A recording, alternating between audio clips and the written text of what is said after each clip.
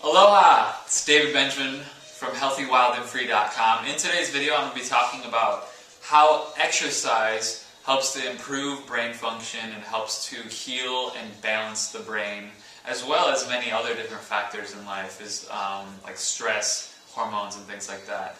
So I read a book recently that I wanted to share because I thought it was really informative and really had a lot of really good information in it in regards to exercise, the brain, and how exercise is used to balance the brain and just help the brain's function overall. And I'll talk about that in this video. And I just want to share the book though. It's called Spark, the Revolutionary New New Science of Exercise in the Brain. It's by John Ratey. He's an MD. And it's about beating stress, sharpening your thinking, lifting your mood, boosting your memory, and much more. And it's a really great book. I'm going to try to get John Ratey. I want to interview him on my Healthy Wild and Free podcast at HealthyWildandFree.com. So if I do interview him, it will be on HealthyWildandFree.com. So make sure to go over there, join the Facebook community, subscribe to my newsletter so that you can hear the actual interview, because I plan on interviewing him in the future. So some of the things I learned from this book were really interesting and just really cool, actually. One of the first things that he talks about in the book is how in Naperville, Illinois, the school district implemented an exercise program with their students, and they found that students' test scores increased by, I want to say, like 20 to 30% just with exercise. There's no other changes from my understanding in the book. And exercise alone just improved test scores. So that's just one study that links the science of exercise and memory and imagination, creativity, whatever, just basically being smarter, just being just having more wit, having more memory, and these types of things. The other thing that the book talks about is how exercise helps with coping with stress. There's something called stress inoculation, which is basically your body's ability to kind of cope with stress and not be affected by it. And it's like stress induction, if you will, but it's called stress inoculation. You can Google it. And exercising helps the stress inoculation threshold, if you will, so that the basically more stress affects you less if you exercise. So the more you exercise, the more you move your body, the more the movement occurs, the more ability your body has and you have and your brain has to cope with stress. And there was a really kind of interesting fact on that. The hippocampus, which is a part of your brain, shrinks because of stress. It actually starts physically shrinking, and it actually enlarges because of exercise. So our brains are built or shrunk based on stress or movement and exercise. And obviously, I'm sure there's other components and factors like nutrition and diet and hydration and minerals and vitamins and antioxidants, all these other things involved, but it is interesting how stress actually shrinks the brain and exercise enlarges it. So I thought that was kind of interesting. I wanted to share that. I have notes right here. And Hawaiian music in the background if you haven't noticed. Aloha.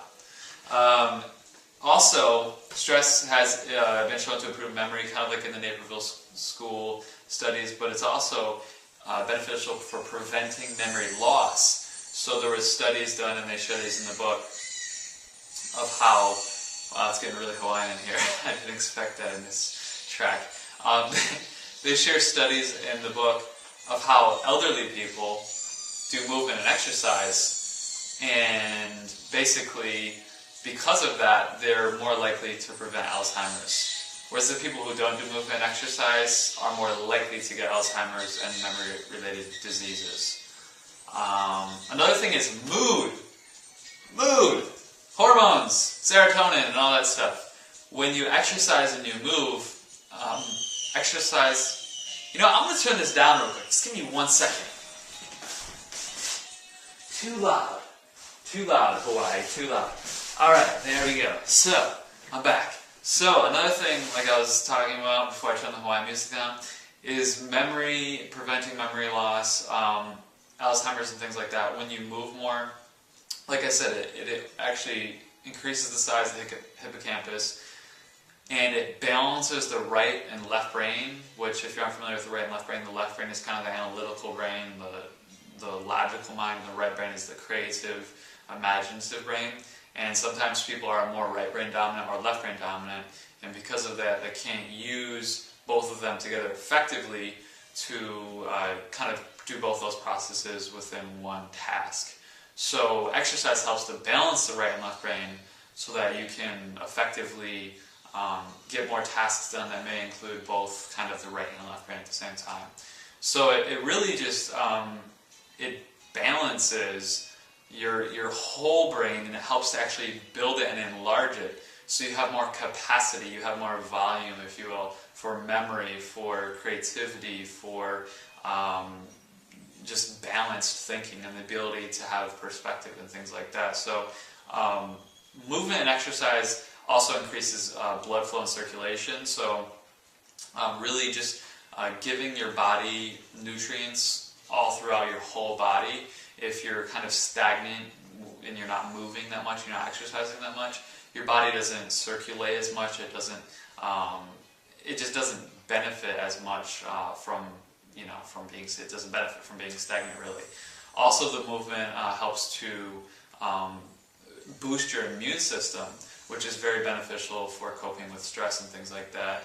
And getting that heart rate up, that blood flow and that circulation up, helps to really kind of revitalize and restore that energy within your body to cope with stress, and with your mind, your brain, to balance and rebuild a bigger, more effective brain overall. The other thing he talked about was it helps with quote-unquote ADD, attention deficit disorder, because a lot of times the brain isn't balanced when ADD or ADHD is happening, so it helps to kind of balance the brain. It helps with that. Hormones as well. I mentioned this briefly, but it helps to balance the hormones, because certain hormones, when you exercise, certain hormones are produced, testosterone for example, and it just helps to really just balance the hormones. Building a new balanced brain, I can't say enough about that. It's amazing. Like, this book really, I would say the biggest thing this book talks about beyond stress, memory, and things like that, it's just really how it balances and builds a more robust brain, is the best way to describe it. So I really, really like this book. I'll link up this book below in the article or below the video, just so that you can see it and hopefully pick it up and read it. But some other things I want to share is exercise linked to improved test scores and lower rates of obesity in the school district in Naperville. It helps with glutamate. It helps with brain-derived neurotropic factor. These are things that your body produces when you exercise. That helps with prefrontal cortex, the motor cortex. What else? In 2000 study of humans, German researchers found... Oh, this is a good one. In 2000 study of humans, German researchers found that people learned vocabulary words 20% faster following exercise than they did before exercise. So one of the things he talks about in the book is if you want to read a book or digest information somehow, to move and exercise and then read, learn, watch, listen, whatever. Because when you move and you exercise, your heart rate, your blood flow, your circulation, and your brain are more balanced at that time after the exercise.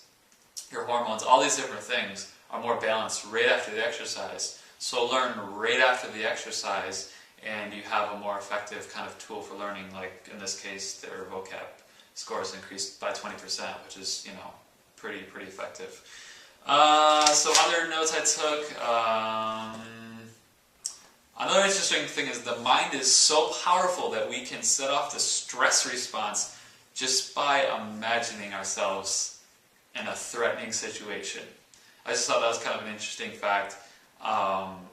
Just to kind of keep your mind at peace, meditate, do things that help to kind of balance your mind and quiet your mind, I think are really important, because exercise and movement kind of activates your mind, your body, your heart, your blood flow, your hormones and things like this. But to be able to use your mind in a way to not negatively affect you, I think it's really important to not imagine yourself in threatening situations and to be positive and to be optimistic, because like I read in the book, you can set off the stress response just by imagining it. That's crazy. When we exercise as a response to stress, we are doing what we evolved to do. One of the things that's interesting is if you have stress in your life, if there's any really stress at all, your body has evolved to cope with that stress by exercising, by moving. So stress is something that kind of weighs on your body, if you will, and by exercising and moving, you're kind of like releasing that stress and like it's like burning calories. It's like you're burning stress, if that makes sense. That's the best way I can describe it from the way he describes it. So there's a lot of other interesting facts in here, like being alone is not good for the brain. It actually doesn't cause your brain to grow, it causes it to shrink as well and not evolve as much. This was interesting, kind of an interesting fact. Antioxidant-rich foods contain toxins that induce a mild adaptive stress response in the cells.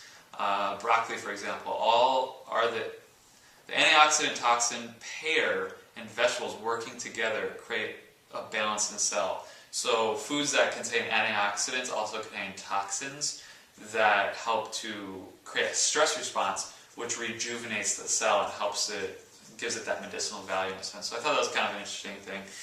Also, people with low self-esteem have a lower stress threshold. Your stress threshold is your ability to cope with stress.